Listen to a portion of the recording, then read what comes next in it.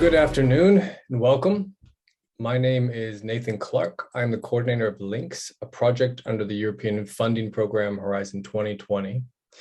Lynx is one of 6 research and innovation projects under the Horizon program with a focus on strengthening European disaster resilience. Today, you'll hear about and you'll have the opportunity to engage with the ongoing work from 4 of those projects within the cluster, including Lynx, Builders, Engage, and Resiloc. The overall purpose of the session today is to help contribute to the European Forum Disaster Risk Reduction's roadmap and to the acceleration of Sendai Framework for Disaster Risk Reduction in the region, as well as to related SDG targets. To do this, we'll be presenting our different and yet interrelated approaches to enhancing information exchange among different actors, be they first responders, local authorities, citizens, vulnerable groups, or others, for improving disaster risk governance at local levels. At the same time, we want to hear from you about good and bad practices, experiences, knowledge on local disaster risk-informed policies and approaches in order to get a better and more common understanding of the needs and challenges across different communities. Which procedures, processes, and technologies do you use or wish to use to better engage with and empower local stakeholders before, during, and after disasters occur? I have been given the role of host this afternoon and asked to provide a short overview of the format of the session and how it's going to play out for the next hour and a half. So I'm just going to share my screen quickly. So after this short live introduction, you're going to be forwarded to, actually, we're going to take a very short poll. So wait for that poll to pop up on the screen. We want to indicate who the participants are for today. After that, you'll be forwarded to a set of pre-recorded presentations. The first presentation is an introduction to the overall objectives and the work of the DRS cluster projects, our contributions to the European Agenda for Disaster Risk Reduction, including that work towards Sendai and the SDGs.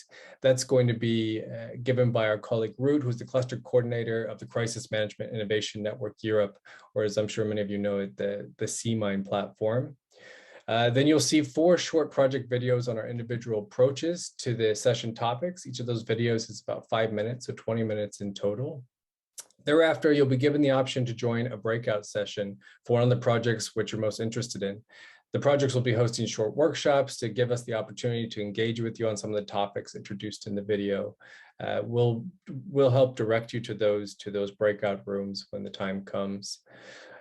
After that, we'll all be redirected to a group room where each project is going to give a short overview of what was discussed during the breakout sessions. We will describe our ways forward, our conclusions, and we'll offer you some information on the project, some contact information in case you want to stay in touch or be involved with the projects in some ways.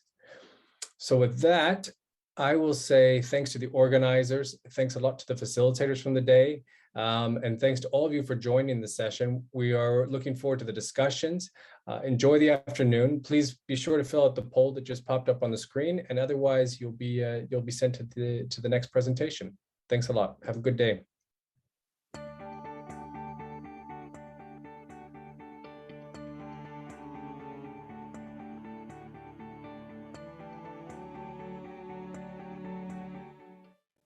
My name is Ruud Erdeli. I'm the Horizon Cluster Coordinator at CMINE, on behalf of which I am honored to speak to you today. I believe that it's how we overcome adversity and envision a safer future that makes all the difference. Starting by doing what is necessary, then what is possible, suddenly opens doors for going beyond the imaginable, discovering new knowledge, deeper connection, new tools, and a baseline for eventually growing more resilient together. The Sendai Framework for Disaster Risk Reduction calls for investment in disaster risk reduction for resilience and multi-hazard, solution-driven research in disaster risk management to address gaps, obstacles, interdependencies, and the complex challenges potentially impacting the safety and resilience of all. Our ability to learn from threats and challenges, take action to prepare for and withstand adversity collectively and as individuals, and to adapt new realities is what determines our ability to survive and thrive. National risk assessment strategies with an all-hazard, all-threat approach focused on saving lives, protecting livelihoods, while strengthening social cohesion, recovery and resilience, ideally serve to guide what needs to be done.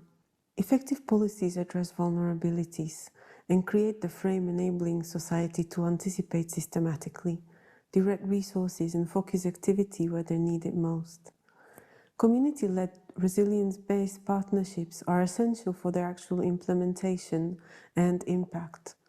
Research generates support for positive reaction to adversity and its transformation, helps develop societal and technological resilience tools and resources.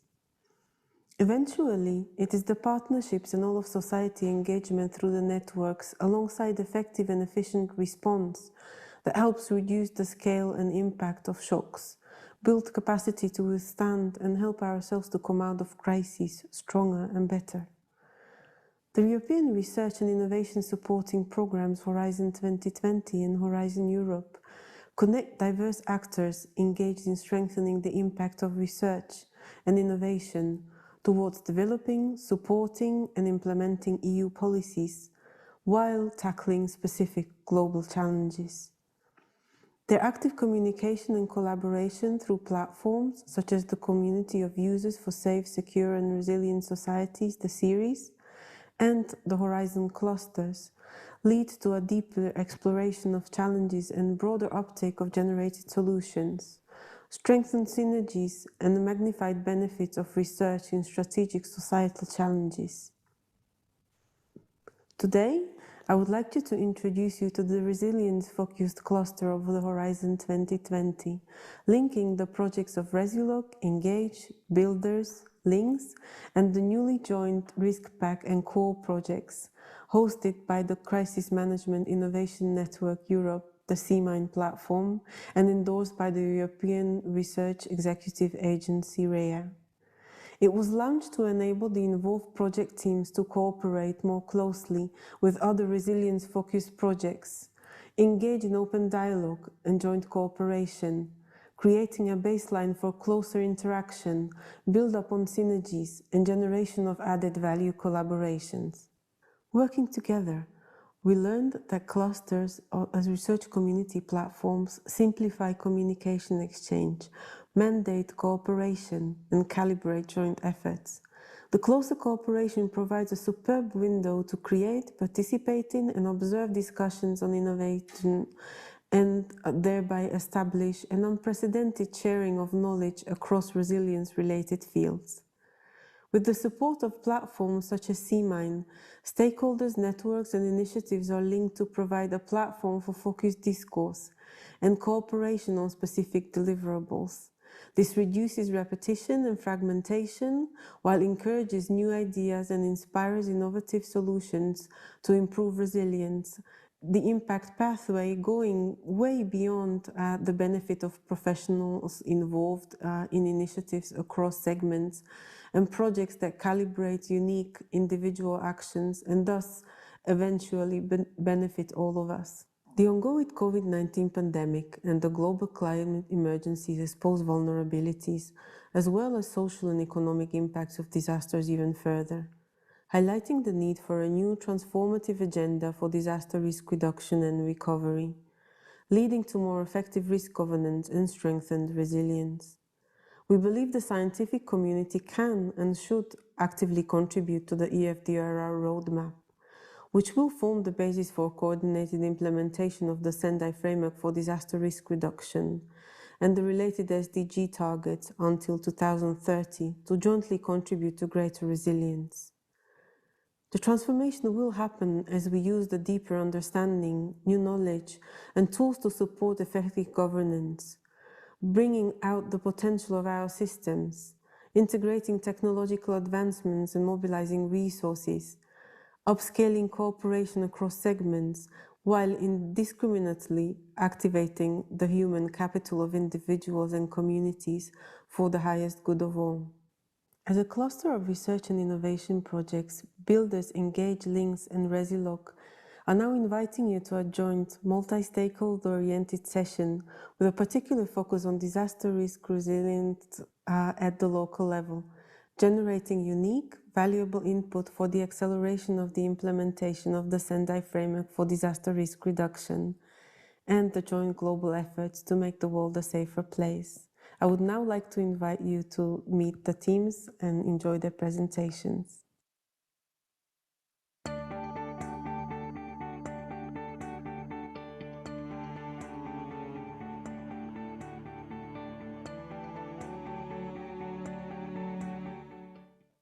Hello, my name is Jan Verlin and I'm a researcher at the École Normale Supérieure in Paris, and as such I'm part of the Engage project. What I would like to do very briefly today is to present you Engage and its approach to disaster risk reduction. Its aim is to amplify society's inherent resilience through better involving citizens in disaster management. It is about engaging civil society. Our project assembles academic and non-academic partners driven by the same simple idea. People, ordinary citizens, organized during crises to overcome them. These contributions are sometimes acknowledged by formal and official disaster management, but often they are ignored or even seen as a nuisance. Be it a camping site, organizing to rescue victims and deliver first aid during the Utøya terror attack in Norway in 2011. Or labor organizations spontaneously creating camps after the earthquake of L'Aquila in Italy in 2009. Or communities organizing evacuations during the Sendai tsunami in Japan in 2011. Past disasters teach us about these coping actions. That is why first we are building our analysis on the study of 8 historical case studies. Second, for understanding how citizens think about future crises, we also conducted an internet-based panel survey in 8 countries. And third, we interviewed crisis professionals about their take on citizens' coping actions. The objective is to come from the question of how people cope with disaster to a deeper understanding of what makes people act in crisis. May it be proximity to the event in time, in space, or in social terms. The capacity to make sense of it and everything this entails. Or how easy people can organize and interact with disaster managers by focusing on specific contexts. Engage hopes to shed light on both social representations of the crisis situation and coping actions of citizens. We call these precise conditions for coping actions, and hence for societal resilience, contextual aspects. Aspects like trust in authorities, gendered social relations, social values and bonds, determine how people cope with crises and how they interact with authorities and emergency organizations. Engage identifies specific contextual aspects that are modifiable and should be targeted when civil society and disaster managers interact.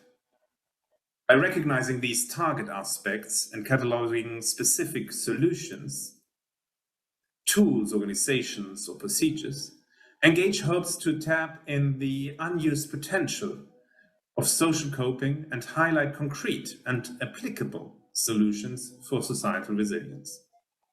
This conceptual framework is intended to provide context-sensitive solutions that can adapt and account for differences in scope, cultural, political, and social contexts of a crisis.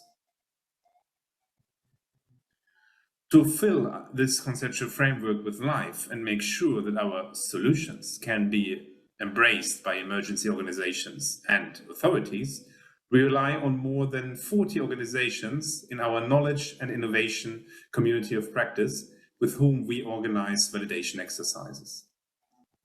Finally, to assure both the diffusion and accessibility of our findings, we designed a catalog of solutions. This catalog of solutions makes it easy to search for best practices and provide context of their applications and their limits as well as resources to inform academics, disaster managers, and citizens. In a nutshell, Engage bridges fundamental and applied research on disasters and crises to engage civil society and to engage with civil society. Thank you for your time.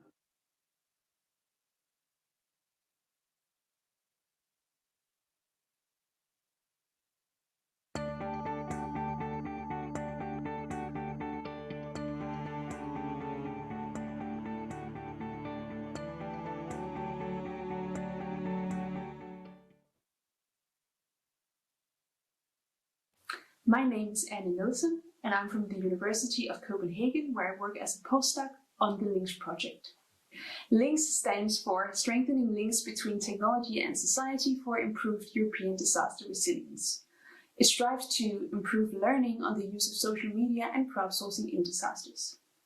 The project thus speaks directly to the Sendai Framework's goal on promoting and enhancing technology transfer and enhancing and strengthening the utilization of social media, big data, and mobile phone networks to support regional and national measures for successful disaster risk governance. In the Lynx project, we have a particular focus on social media and crowdsourcing, as these technologies are increasingly used across the globe to enhance efficiency and inclusiveness in disaster risk governance. Think of the 2010 Haiti earthquake, where the introduction of crowdsourced maps supported the disaster response for the international humanitarian community by efficiently mapping crisis information such as the damage, needs, locations, and security conditions on the open source platform Ushahidi. This is an example of how social media and crowdsourcing platforms play a crucial role in disaster governance and speaks to the importance of an increased understanding of how we harvest their potentials, but also deal with the negative consequences, such as the spreading of fake news. In Lynx, the exploration of these interactions between technology and society is done across 3 knowledge domains. The first knowledge domain centers around people and looks at how people's risk perception and vulnerabilities are affected by social media and crowdsourcing in disasters. The second knowledge domain centers around institutions and how disaster management processes are challenged or optimized by using social media and crowdsourcing in disasters. The third knowledge domain looks at disaster community technologies and provides an in-depth understanding of existing tools and technologies. Resilience thus depends on healthy and well-functioning interactions between 3 central domains: institutions, people, and technology. From these knowledge domains, Lynx will develop methods, tools, and guidelines resulting in a framework. This framework is developed through interactions with relevant stakeholders, offline and in person. This participatory approach is structured around 5 practice-driven cases. Here we explore the potential and challenges of applying social media and crowdsourcing technologies in concrete practices. The cases are flooding in Denmark, drought in Germany, terrorism in Germany, earthquake in Italy, and chemical spill in the Netherlands. All cases involve key practitioners working with disaster risk management. Here at University of Copenhagen, we are responsible for the domain that relates to institutions. We explore how we can increase the capacity of disaster management organizations through the application of social media and crowdsourcing for greater efficiency and inclusiveness in their disaster risk management processes. This is done through an extensive literature review. We have identified 4 central drivers for increasing the capacity of institutions in using social media and crowdsourcing in their disaster management. The first driver is credible information and speaks to the fact that public and accurate information is crucial in disaster management. The second driver is learning. Institutions that build resilience, generate knowledge, and exchange this knowledge. The third driver is vulnerability and promote structures that include vulnerable groups. The fourth driver is decision-making processes. This speaks to basic principle of good governance and the fact that resilient institutions are institutions that include people, are transparent and efficient. These drivers together point to the great potential of using social media and crowdsourcing technologies in disaster risk governance. They also point to the clear challenges that are facing all disaster management organizations that are or want to engage these technologies in their disaster management efforts. To deal with these challenges, we suggest 2 overall moves.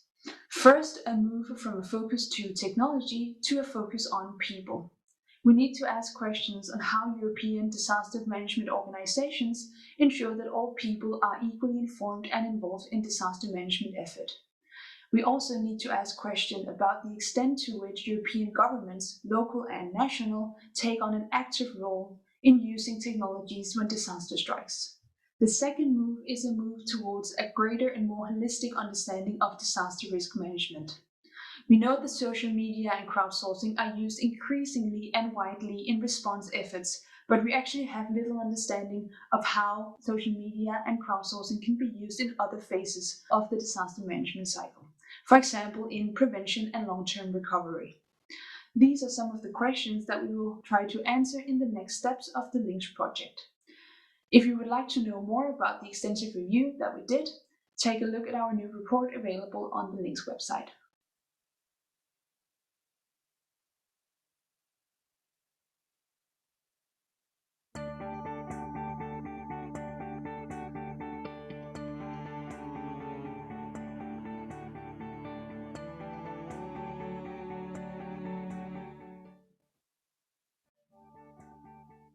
Builders project aims to improve the overall resilience of European societies by reducing the vulnerability of those most vulnerable. I am Kati Oru from University of Tartu, Estonia, and I introduce the Builders approach to analyzing situations when and why people become vulnerable and innovating solutions for their better involvement in disaster risk governance. According to our analysis of European crisis management systems, in most countries, measures are planned around predetermined vulnerable groups, such as elderly or individuals with chronic diseases. The vulnerability of these groups is considered given, and they are expected to be rescued. In Builders, we challenge this understanding and focus on vulnerability as situations where anyone can find himself. We argue that by focusing on hazard and situation-specific factors of vulnerability, we achieve a more realistic understanding of sources of vulnerability, which can guide in reducing these situations and empowering individuals. In our analysis of situational vulnerabilities, we focus first on those that are commonly considered to live in already vulnerable life situations. The key questions are what factors render individuals vulnerable in crisis and what factors hinder their participation in disaster risk governance. Our survey on coping with COVID-19 among more than 300 clients of care organizations, homeless and rehabilitation shelters, soup kitchens all over Europe demonstrated that the crisis uncertainties particularly aggravated the situation of psychologically fragile clients. Home walls do not protect in what can be called a psychological catastrophe. By contrast, the clients that maintained access to their social networks in rehabilitation centers fared better. Stigmatization of the homeless and migrant communities during the pandemic hindered their participation in disaster risk reduction. Care organizations' own limited capacities and neglect by the official response made it difficult to meet the tremendous surge in demand for care. A different case, chemical spill preparedness drills in Finland, revealed communicative vulnerabilities. The limited access to information and understanding is particularly problematic among the individuals with memory and neuropsychiatric disorders and intellectual disabilities. Vulnerabilities are further aggravated by disaster management staff whose poor skills in communicating with these fragile individuals, while care organizations as middlemen remain underused. Second, we focus on disasters as situations where any resident can find himself. In a survey among the survivors displaced to temporary accommodations after 3 Italian earthquakes, we saw that particularly those that lack social networks and community attachment are the most vulnerable. The displacement's poor consideration of the requirements for social environment hinder survivors from benefiting from this disaster response measure. Our expert interviews and survey of German residents that had experienced Elbe flooding and COVID-19 demonstrated that the vulnerability of a person depends on the type of a disaster and resources like time that they had available to prepare, as well as the accessibility of social support networks in particular situation. The experienced management efforts often did not sufficiently consider social diversity. By contrast, discriminatory measures created vulnerability. For example, non-transparent masks, disabled speech and hearing impaired persons. As a common trait in all the studied cases, one of the root causes of vulnerability seems to be the disjointed work of disaster management and social care. The analyzed cases confirm the need to move away from the vulnerable groups-based disaster risk governance dominating in many European countries. Builders proposes a novel vulnerability analysis tool that would bring to the focus the situation-specific vulnerabilities, particularly the functioning of informal and formal societal support structures that may range from inclusion and empowerment to discrimination and stigmatization. On the other hand, the technological side of social vulnerabilities cannot be neglected. In the intersecting of these two dimensions, we find four key spectrums of vulnerability: individual capacities and needs and beliefs, societal support networks, and the accessibility and functionality of ties with family, community, or authorities, the critical services availability and accessibility, and last but not least, the functionality of public support structures, medical, social, rescue services, and information. We suggest that analyzing these spectrums of vulnerability factors intersecting in unique ways in specific crisis situations is a crucial step towards designing well-targeted and more inclusive disaster risk reduction measures. Thank you for your attention.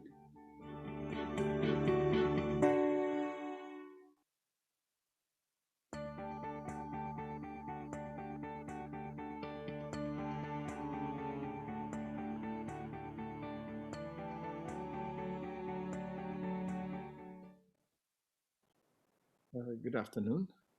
Thank you for inviting me to present the Resiloc H 2020 project. My name is Roberto Del Prato. I am the scientific coordinator of the project. I will introduce you to the main goals of the project and how it can help in supporting the reduction of risk in our communities. First of all, we focus on local communities. So yes, we want to bring the concept of resilience to the smallest places in Europe and to check how small communities can benefit from the application of resilience in their everyday decision making. So our tool, the goal of the project is to develop a tool which is basically a strategic tool, something that helps local managers, stakeholders, and in general representatives of the community to take decisions for improving the resilience of the community when faced with specific scenarios which currently are specific to the community. This is very important because the result of this analysis of resilience in a community should be useful for the communities. At the heart of our process, we have the concept of indicators. So they are the way we have identified for a community to define what actually can have an impact on resilience. It means what to measure, how to consider them useful or not for the community, relevant or not for a specific scenario, and most of all, how it can be made operational for their decision making. So indicators have to be relevant, specific, understandable, and useful. This is an important combination. It is part of the project to define a set of indicators that can be of practical use to the members of the community. Clearly, the indicators themselves cannot do everything. So they have to be projected onto the life of the community, the specificity of the community and the people living there. For these, in the project, we have emphasized the relevance of including the members of what we named LRT, Local Resilience Team. So people represent the community with their different level of culture, needs, requirements, expectations, and awareness, perception of risk, and many aspects that are not simply countable, but they're very much intangible, but will make a difference in a community. The goal is to make our approach to resilience operational. So to define where it has to be applied, so communities will define in which scenarios they want to perform the analysis and the assessment of resilience to identify where to improve. And it is based on their own knowledge of where they live, the history of what happened in the past, everything that comes to help in defining the expected challenges the community will face. Second is the selection of the proper indicators. As I mentioned before, what actually captures the needs and the expectations of the community, and the proxies, which are the measurable thing from the community. They may be statistical data, they may be something which is measured on purpose. It could be the results of questionnaires, of analysis, of interviews, whatever. It's of help for understanding what the community actually believes capture the spirit of it and the challenges. Third part, to define where they want to go in terms of targets.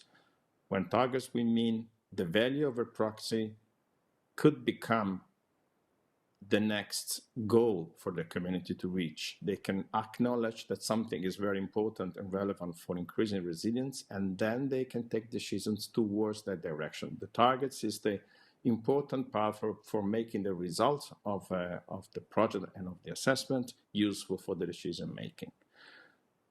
Finally, of course, decisions are taken, are implemented, and the tool that Resiloc has been implementing can be used also for playing again to see where it has improved, how it has improved, or even to play some simulations in what-if scenarios.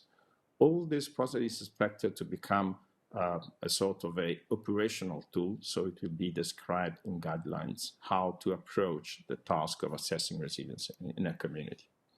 So what we aim to achieve in the end is to give all communities the same understanding of resilience, to offer them a method for assessing resilience, which is the same.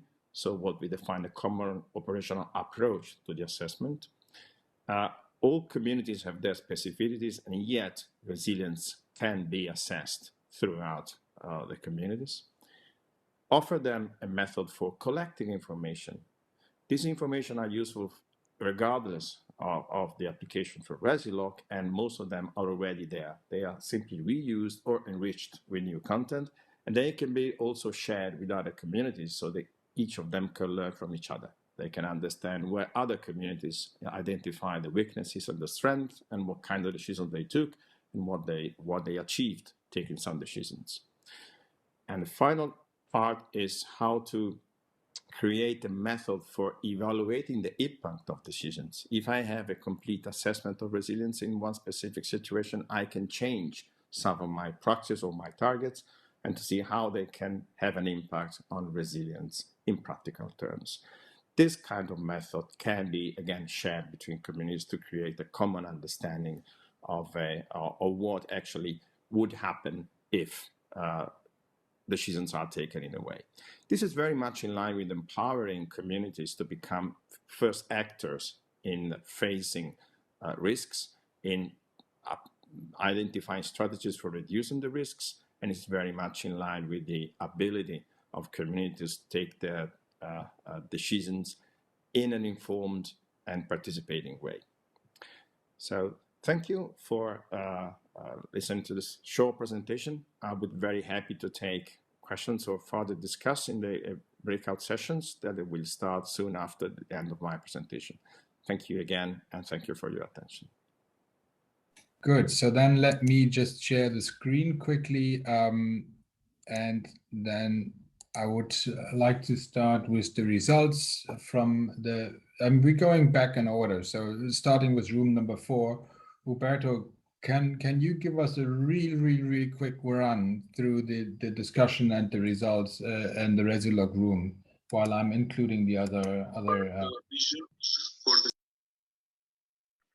Okay, I was not prepared to that. I was mostly speaking, so I didn't take any specific note on the discussion. So we touched on the different aspects on how we can improve on the scorecard system, bringing the resilience assessment closer to the needs of the local communities, how this can be in line with the Sendai framework object and aims specifically in empowering local communities to be more resilient in general.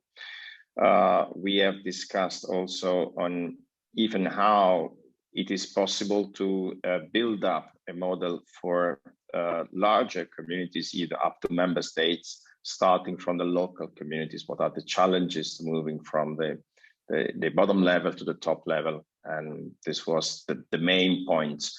Clearly, the mentioning of the LRT members, so the local resilient teams that allow the system to be, let's say, tailored to the actual needs of the community was also touched upon. And in principle, we also discussed together with Katja, which are the expectations of Sendai's compared to the approach of Resiloc and the assessment of resilience and the process of selecting indicators and proxies for this assessment. So I think this is more or less the messages that are also well summarized in the slide.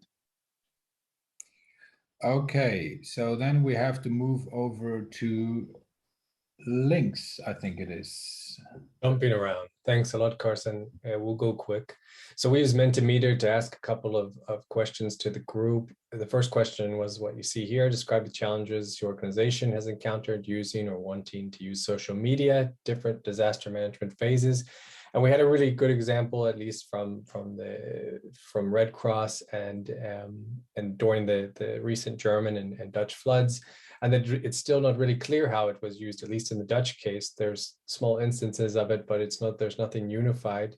There was a discussion on the potentials for it, so that it could have been used to locate people in distress, to perhaps it was primarily used for risk communication, but also used for resource management. There are a lot of interesting examples actually on the German side of crowdsourcing, both state initiated and also civil society initiated, where they did use crowdsourcing platforms or create them for moving different types of equipment and resources around after the floods. So it'd be interesting to have a little cross-border workshop on lessons learned there, because at least to our knowledge, less experience on the Dutch side. One of the issues also faced was that organizations seem to not always know where they can get the most reliable information, what should be trusted. So there is a sort of disconnect also between the big social media platforms are there. So for example, Facebook marking people safe in a hazard. It's not necessarily information that a traditional response organization or DMO could necessarily take into consideration. How can they use that information more effectively? So building some sort of bridges between those types of entities as well. And then lastly, something about centralization of information so that those types of organizations know where they can go to trust it. Sorry, go ahead to the next one quickly. So then we asked more specifically, what's the most needed capacity for organizations to better use social media to engage with citizens during disasters? We only had one response, but there were more people in the session. But we spent most of the time discussing the response. Training how to base decisions on information from social media was the main idea. And this was both capacity building within organizations, so technical expertise, but also on specific things such as information management and really knowing how to use that information that you have, since it's also contextual when you receive it. So I think that's it. There were some other discussions, but I know we're going over the time. So very interesting. Thanks a lot for those who engaged with it. All right, so the next in line would then be builders. Thank you for sharing the slides.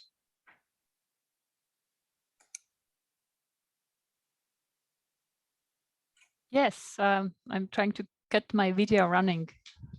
Hi again. Thank you all for those who participated in the Builders discussion group. And while we were discussing the key results or key outputs from Builders research, and particularly focusing on the engaging of vulnerable individuals in disaster risk reduction.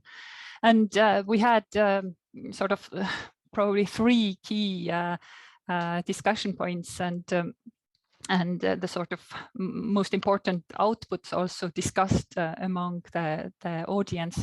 And I think one of the key themes was that a need for a paradigm shift in understanding vulnerability as a changing condition. And we also had a kindly participant joining in from outside builders in order to comment back on this this kind of key thesis of our project. And Gordon Rattray from European Disability Forum very much emphasized that instead of focusing on preconceived vulnerable groups, we should consider the higher risk of becoming vulnerable, and that is particularly rooted in the societal structure and not something internal to these vulnerable individuals. And another important point that we discussed was the risk assessments that should be kind of extended to consider the social vulnerabilities, including the lack of functionality of informal or the formal social support in a crisis. And we have discussed a practical solution to that end, a novel vulnerability assessment tool that guides in capturing the intersecting factors of vulnerability, and that may concentrate in certain individuals and that need specific attention. And we discussed the benefits of the proposed tool that we are elaborating. And third, I think one of the key messages was the vulnerability assessments need to involve also representatives of vulnerable people to tailor disaster management measures that fit with the need of a diverse society. And we suggest that the local vulnerability reflection teams, including the representatives of social services, would be a good idea to get a better reflection on the conditions of people with disabilities or clients of home care or people with different impairments. And this would help to tailor much more disaster management measures that would be much more fit to the diverse needs of these people. And we think that particularly engaging the social services and social care organizations as the representatives would help to reflect on what increases and what decreases the vulnerability of these representatives of diverse society. And finally, the key message is that we see that there is a great need to establish stronger exchange between the disaster management and social care to increase the consideration of different needs in a crisis. And I thank very much for all the participants. Here are some of the key publications that we have that are out and ready to be used and learned from.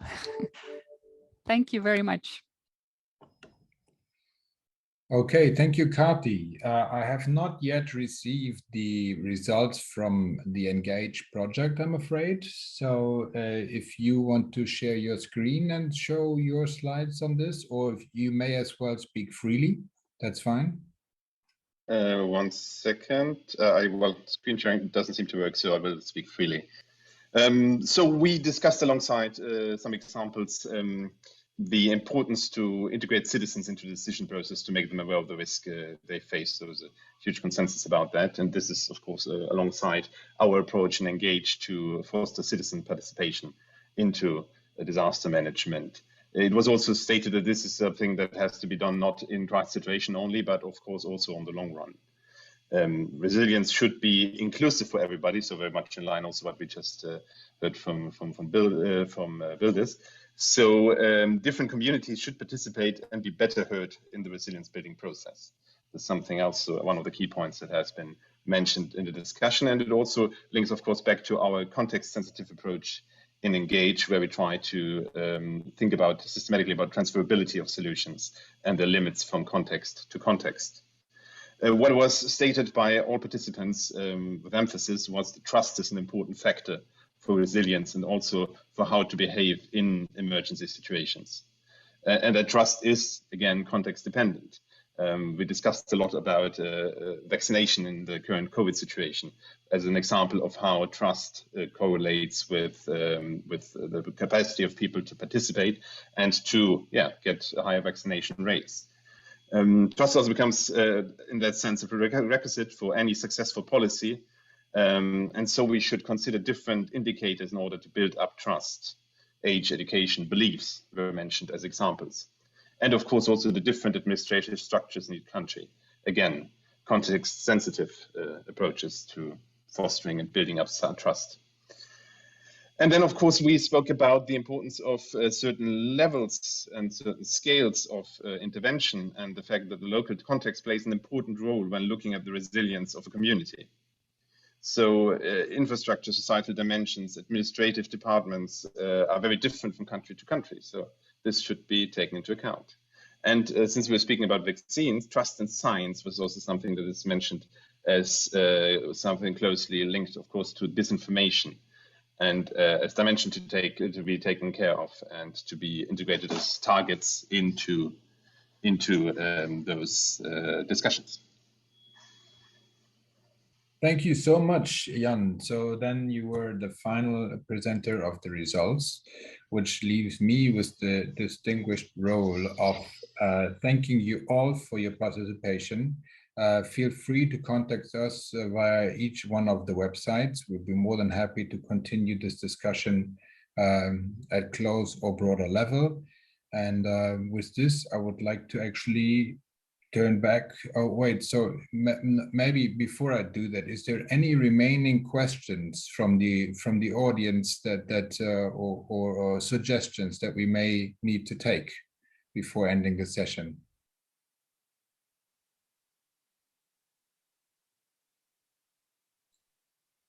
If that is not the case, I would like to take the opportunity to close the meeting well in time. Once again, thank you so much for your participation, and turn back to the reception, and hope that you'll find some other very interesting presentations and sessions during the course of the next days. Thank you so much, everybody. Enjoy.